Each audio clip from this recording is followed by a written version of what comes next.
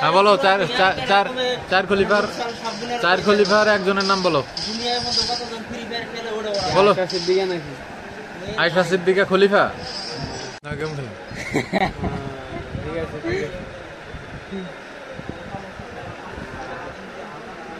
বিয়ে করে কি করবেন?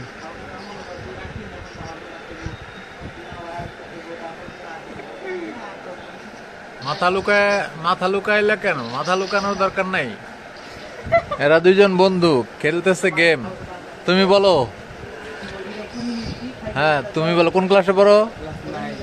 জোরে বলো। ক্লাস 9। তোমার রব কে? আল্লাহ। তোমার দিন কি? ইসলাম। তোমার নবী কে?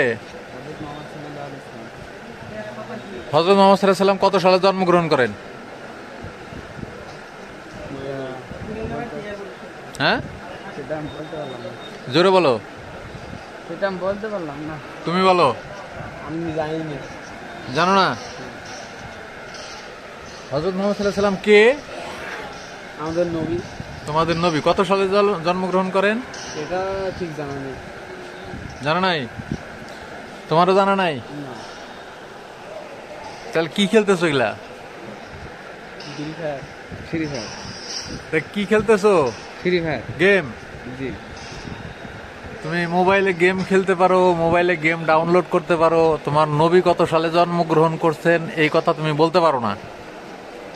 জিনিসটা কেমন হয়ে গেল না? আচ্ছা ঠিক আছে, সেটা আমি বলে দিব। হযরত মুহাম্মদ সাল্লাল্লাহু আলাইহি সাল্লামের মৃত্যুর পরে 4 জন খলিফা ছিলেন। এই 4 জন খলিফার ধারাবাহিকভাবে নাম বলো। তুমি বলো।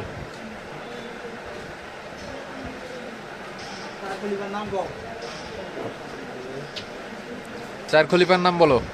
পারবা তুমি? একজনের নাম বলো।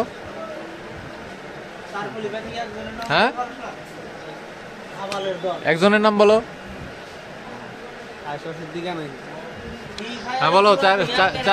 চার খলিফার একজনের নাম বলো। বলো। আয়েশা সিদ্দিকা খলিফা?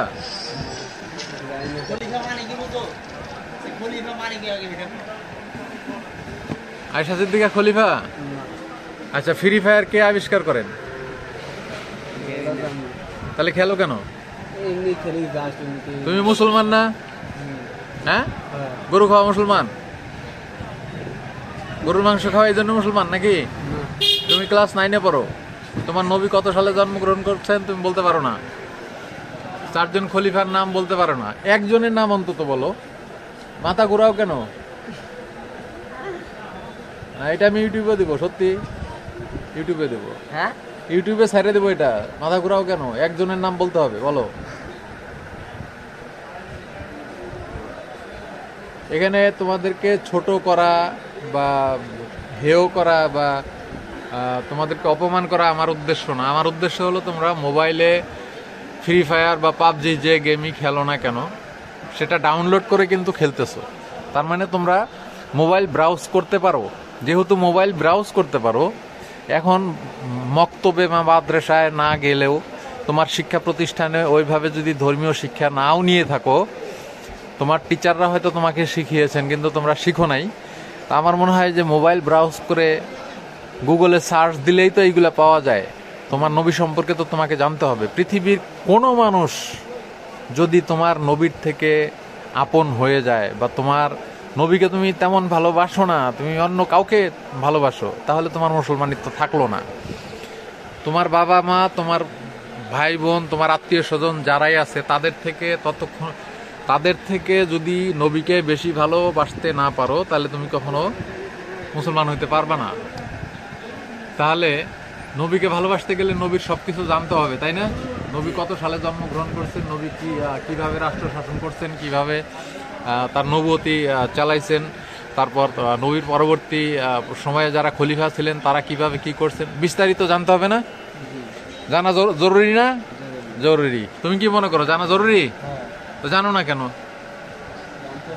এরপরে জানবা, ঠিক আছে? মনে থাকবে? দর্শক, এই হলো আমাদের আসলে পরবর্তী প্রজন্মের অবস্থা। আমাদের পরবর্তী প্রজন্ম দেখেন পাবজি এবং কি গেম কয়, পাবজি আর ফ্রি ফায়ার, এইসব গেম নিয়েই তারা ব্যস্ত।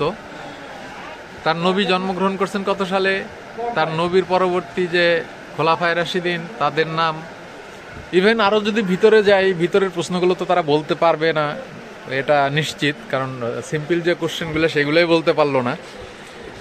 তো আমরা সতর্ক হই, আমরা যারা গার্ডিয়ান আছি তারা সতর্ক হই, ছেলে মেয়েদের কাছে ফোন তুলে দেওয়ার আগে অন্তত ইসলামের যে বেসিক জ্ঞান, ইসলামের যে বেসিক শিক্ষা, ইসলামের এই বেসিক শিক্ষাগুলো দেই। বেসিক শিক্ষাগুলো না দিলে এরা আসলে বিপথে চলে যাবে, অলরেডি বিপথে চলে গেছে।